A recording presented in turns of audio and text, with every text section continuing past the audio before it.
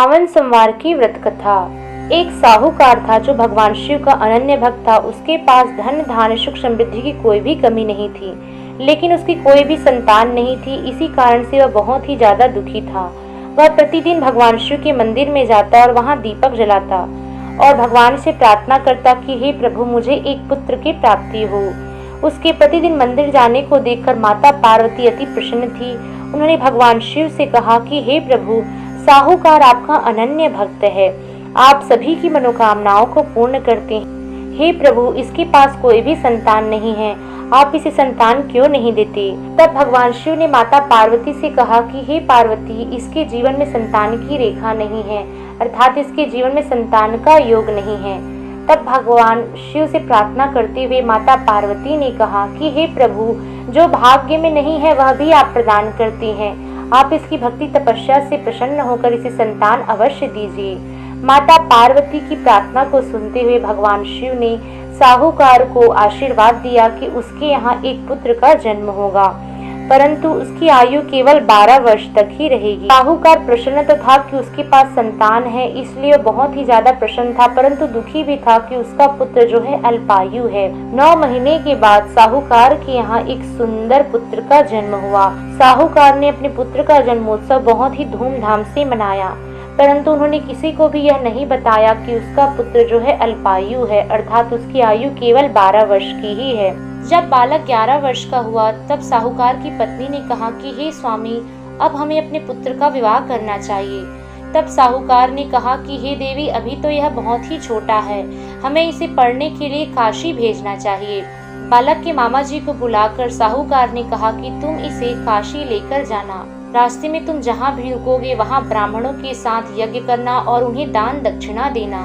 बालक से खूब ब्राह्मणों की सेवा अर्चना करवाना ताकि उसे ब्राह्मणों के आशीर्वाद प्राप्त हो सके। मामा जी बालक को लेकर निकल पड़े। रास्ते में वह जहाँ भी रुकते वहाँ ब्राह्मणों की सेवा अर्चना करते हुए यज्ञ कार्य करते थे। एक दिन की बात है, रास्ते में जब वे दोनों जा रहे थे उसी समय राजकुमारी का विवाह होने वाला था। राजकुमारी का विवाह जिस लड़के के साथ होना था वह लड़का कान्हा था।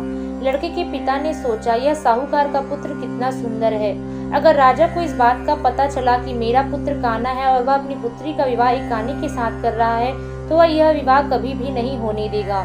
लड़के के पिता ने सोचा कि अगर मैं इस साहूकार के बच्चे का विवाह राजकुमारी के साथ कर दूं और विदाई के समय अपने पुत्र को बैठा दूं तो इस बात का पता किसी को भी नहीं चलेगा और राजा की पुत्री भी मेरे घर आ जाएगी।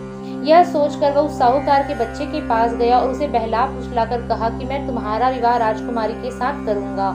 इस प्रकार से साहूकार के पुत्र का विवाह राजकुमारी के साथ संपन्न हुआ, परंतु विदाई के समय उसने उस बालक को भगा दिया।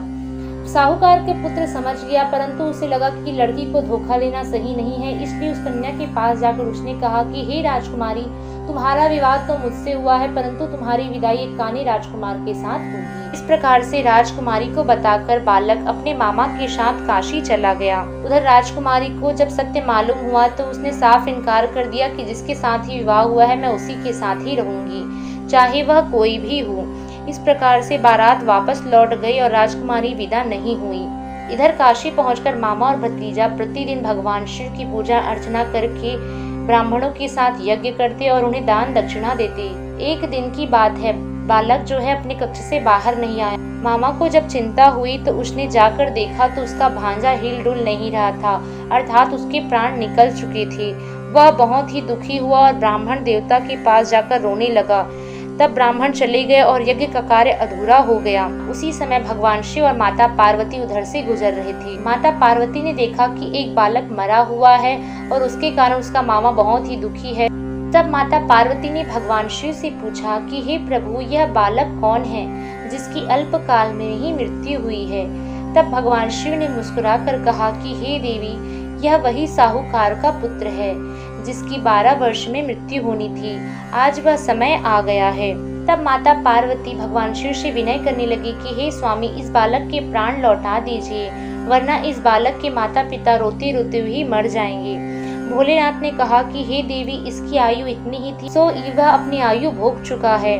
लेकिन माता पार्वती के बार बार आग्रह करने पर भगवान शिव ने उस बालक का प्राण दान दे दिया, अर्थात उस बालक को जीवित कर दिया। बालक जब उठा तो उसके मुख से ओम नमः शिवाय निकला। उसका मामा बहुत ही प्रसन्न हुआ और भगवान शिव को बार बार धन्यवाद देने लगा और इस नगरी की महिमा बखान करने लगा।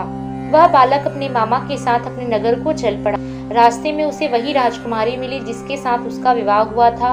राजकुमारी के पिता ने उसे अपने दामाद समझकर उसे बहुत सारा धन धान्य देकर अपनी पुत्री के साथ विदा किया। उधर साहूकार ने अपनी पत्नी को सारी बात बताई। साहूकार की पत्नी और साहूकार ने प्रण किया कि जब तक उसका पुत्र वापस नहीं आएगा वह बिना अन्न खाए ही ऐसे ही बैठे रहेंगे। भगवान शिव की ओम नमः शिवाय का जाप करते हुए वह दोनों अपने पुत्र की राह देख रहे थे। अगर उनका पुत्र वापस नहीं लौटा तब वे दोनों अपने प्राण त्याग देंगे। उसी समय मामा जी बालक को और राजकुमारी को साथ लेकर घर आए। माता पिता अपने पुत्र को देखकर बहुत ही हर्षित हुए, उसे अपने हृदय से लगा लिया और भगवान शिव का बारंबार धन्यवाद करने लगे। तब साहूकार ने बालक के मामा से कहा, यह असंभव है, यह बालक जीवित कैसे हो गया। तब मामा जी ने बताया कि कैसे बालक का राजकुमारी के साथ विवाह हुआ और कैसे भगवान शिव की कृपा से बालक का पुनर्जन्म हुआ। भगवान शिव का और माता पार्वती का साहूकार और साहूकारनी बार बार धन्यवाद करने लगे और अपने पुत्र और पुत्रवधू का स्वागत करने लगे। कहते हैं कि जो भी व्यक्ति इस कथा को सच्चे हृदय से पढ़ता है अथवा सुनता है, भगवान शिव उसकी सारी मनोकामनाओं को पूर्ण करते हैं। भगवान शिव शंकर आप सभी की मनोकामनाओं को पूर्ण करें। ओम नमः शिवाय।